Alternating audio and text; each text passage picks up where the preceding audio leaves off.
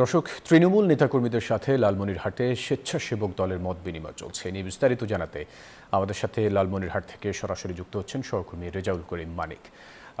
মানিক, কি বিষয় নিয়ে মত বিনিময় চলছে আর এই মত বিনিময় অনুষ্ঠানে কারা কারা উপস্থিত আছেন? ফসল, আপনি জানেন যে আসলে নির্বাচনমুখী করতে নেতাকর্মীদের সুসংগঠিত করা হচ্ছে। এই কারণে কিন্তু এই মত বিনিময় করছে লালমনিরহাট জেলা স্বেচ্ছাসেবক দল। এই আজকের এই মত বিনিময় সভায় আপনি জানেন যে কেন্দ্রীয় স্বেচ্ছাসেবক দলের সাধারণ সম্পাদক রাজীব আহসান এখানে উপস্থিত থাকবেন। এছাড়া কেন্দ্রীয় নেতৃবৃন্দ উপস্থিত থাকবেন। এছাড়া লালমনিরহাটের অহংকার অর্থাৎ উত্তর অঞ্চলের অর্থাৎ বিএনপির যে প্রাণ অর্থাৎ আসাদুল হাইবুল বিএনপি সাংগঠনিক সভাপতি, তিনিও কিন্তু উপস্থিত থাকবেন। এই বিষয়ে একটু কথা বলতে চাই। লালমনিরহাট জেলা স্বেচ্ছাসেবক দলের সভাপতি আব্দুল সাত্তার, একটু আপনার কাছে জানতে চাই, এই যে আজকে মত বিনিময় সভা করছেন, আসলে মূল উদ্দেশ্য কি একটু আমাদেরকে বলবেন?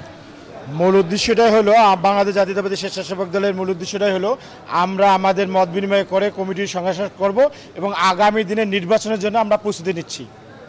এই নির্বাচনের মধ্য দিয়ে কি বার্তা দিতে চান একটু এই মত বিনিময় সভার মধ্য দিয়ে? এই নির্বাচনের এই আজকের মত বিনিময়ের মাধ্যমে আমরা বার্তা দিতে চাচ্ছি আমাদের যে কমিটিগুলো আছে আমরা সেই কমিটিকে সংস্কার করব, সংস্কার করে আগামী দিনে নির্বাচনের জন্য আমরা প্রস্তুতি নিচ্ছি।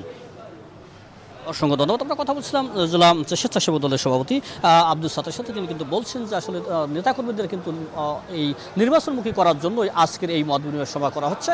সারা দেশে কিন্তু স্বেচ্ছাসেবক দল এই কর্মসূচি চালিয়ে যাচ্ছে। এই ছিল আমার কাছে লালমনিরহাট থেকে সর্বশেষ।